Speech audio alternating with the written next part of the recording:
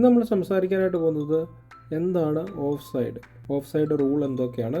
അപ്പോൾ വീഡിയോയിലേക്ക് പൂർണ്ണമായിട്ട് കിടക്കുന്നതിന് മുമ്പ് നിങ്ങൾ ഈ ചാനൽ ആദ്യമായിട്ടാണ് കാണുന്നതെങ്കിൽ ഇഷ്ടപ്പെടുന്നെങ്കിൽ തീർച്ചയായിട്ടും ലൈക്ക് ചെയ്ത് ഷെയർ ചെയ്ത് സബ്സ്ക്രൈബ് ചെയ്യുക. കാണുന്നവർ ഈ വീഡിയോ ഒന്ന് ലൈക്ക് ചെയ്ത് സപ്പോർട്ട് ചെയ്യുക. എക്സ്പ്ലെയിൻ ചെയ്യാൻ വേണ്ടി നാല് പ്ലെയേഴ്സിനെയാണ് ഇവിടെ കാണിച്ചിരിക്കുന്നത്. ഇതാണ് അറ്റാക്കിംഗ് ടീം, ഇതാണ് ഡിഫെൻഡിങ് ടീം.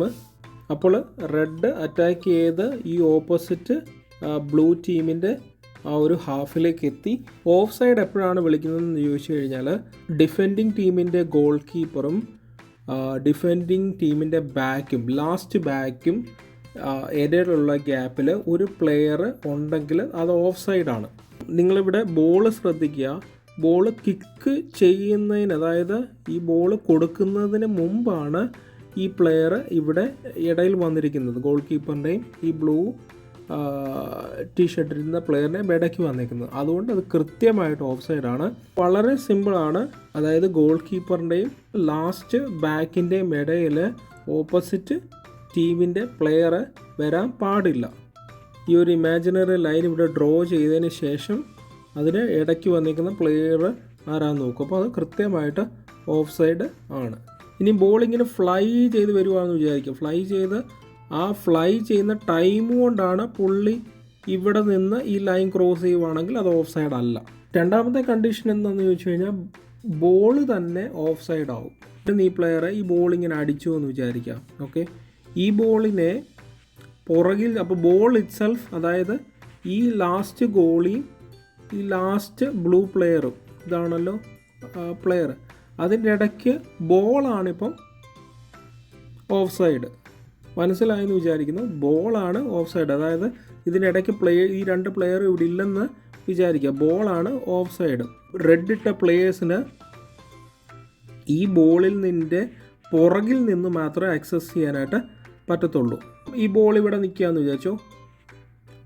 ഈ പ്ലെയർ ബോളിൻ്റെ പുറകിൽ നിന്നാണ് ആക്സസ് ചെയ്തത്. അതായത് ബോളിൻ്റെ പുറകിലാണല്ലോ ആ കാല് നിൽക്കുന്നത്. ഈ പ്ലെയർ ഈ വരയ്ക്ക് അപ്പുറത്താണെന്ന് വിചാരിക്കുക. ഈ പ്ലെയർ ഈ പുള്ളിയുടെ അടുക്കലോട്ട് പാസ് കൊടുക്കുകയാണെങ്കിൽ ഓഫ് സൈഡാണ്. ഇപ്പോൾ ഇരിക്കുന്ന കണ്ടീഷനിൽ ഇങ്ങനെ പാസ് കൊടുത്തു കഴിഞ്ഞാൽ ഓഫ് സൈഡ് അല്ല. എവിടെ നിന്നാണോ ഓഫ് സൈഡ് ആയത് അവിടുന്ന് ഫ്രീ കിക്കാണ് എടുക്കുന്നത്. ഇവിടെ ഈ ലൈനിൽ നിന്നാണ് ഓഫ് സൈഡ് വിളിച്ചെങ്കിൽ അവിടുന്ന് ഫ്രീ കിക്കാണ് എടുക്കുന്നത്. ചിലപ്പം ഗോളി എടുക്കും ഫ്രീ കിക്ക്, അല്ലെങ്കിൽ 2 പ്ലെയേഴ്സ് ആരെങ്കിലും ഫ്രീ കിക്ക് എടുക്കും. ഇനിയും ഓഫ് സൈഡിൻ്റെ വേറൊരു കണ്ടീഷനൂടെ പറയാം. ഇത് കണ്ടില്ലേ, ഈ ഇമാജിനറി ലൈൻ വരച്ചേക്കുന്നതിൻ്റെ ഇപ്പുറത്താണ് പുള്ളിയുടെ തല വന്നിരിക്കുന്നത്, ഷോൾഡർ വന്നിരിക്കുന്നത്, തലയുടെ ഒരു ഭാഗം ഷോൾഡർ വന്നിരിക്കുന്നത്. അതുകൊണ്ട് ഓഫ് സൈഡാണത്. ഈ ഇമാജിനറി ലൈനിൻ്റെ ഇപ്പുറത്തൊരു കൈ മാത്രമാണ് വന്നിരിക്കുന്നത്, അതായത് തലയില്ല, ശരീരഭാഗം ഒന്നുമില്ല. അപ്പോൾ ഇത് ഓഫ് സൈഡാണോ? അല്ല, ഓൺ സൈഡാണത്. ഓൺ സൈഡ് എന്ന് പറഞ്ഞാൽ അത് ലീഗലാണ്, ഓഫ് സൈഡ് അല്ല. അപ്പം എന്തുകൊണ്ടാണ് അത് ഓൺ സൈഡ് എന്ന് പറയുന്നത്? കൈകൊണ്ട് എന്തായാലും ഗോൾ അടിക്കാൻ പറ്റത്തില്ലല്ലോ. അതുകൊണ്ടാണ് അത് ഓൺ സൈഡ് ആകുന്നത്, അത് ഓഫ് സൈഡ് അല്ല. ഇനിയും ഈ ഒരു ഷോൾഡറിൻ്റെ ഒരു പോർഷൻ കൂടെ ഈ വരയുടെ ഭാഗത്ത് വരുവാണെങ്കിൽ, അതായത് ഈ ഇമാജിനറി ലൈൻ്റെ ഇപ്പുറത്ത് വരുവാണെങ്കിൽ അത് ഓഫ് സൈഡാണ്. അല്ലെങ്കിൽ ഷൂവിൻ്റെ ഏതെങ്കിലും ഭാഗം ആ ഒരു ഇമാജിനറി ലൈൻ്റെ ഇപ്പുറത്ത് വരുവാണെങ്കിൽ തീർച്ചയായിട്ടും ഓഫ് സൈഡാണ്. 3 കണ്ടീഷൻ മാത്രമേ ഉള്ളൂ ഓഫ് സൈഡ് കണക്ക് കൂട്ടാൻ പറ്റാത്തത്. ഒന്നെന്ന് പറയുന്നത് കോർണർ കിക്ക് എടുക്കുമ്പോൾ നമുക്ക് ഓഫ് സൈഡ് വിളിക്കാൻ പറ്റത്തില്ല.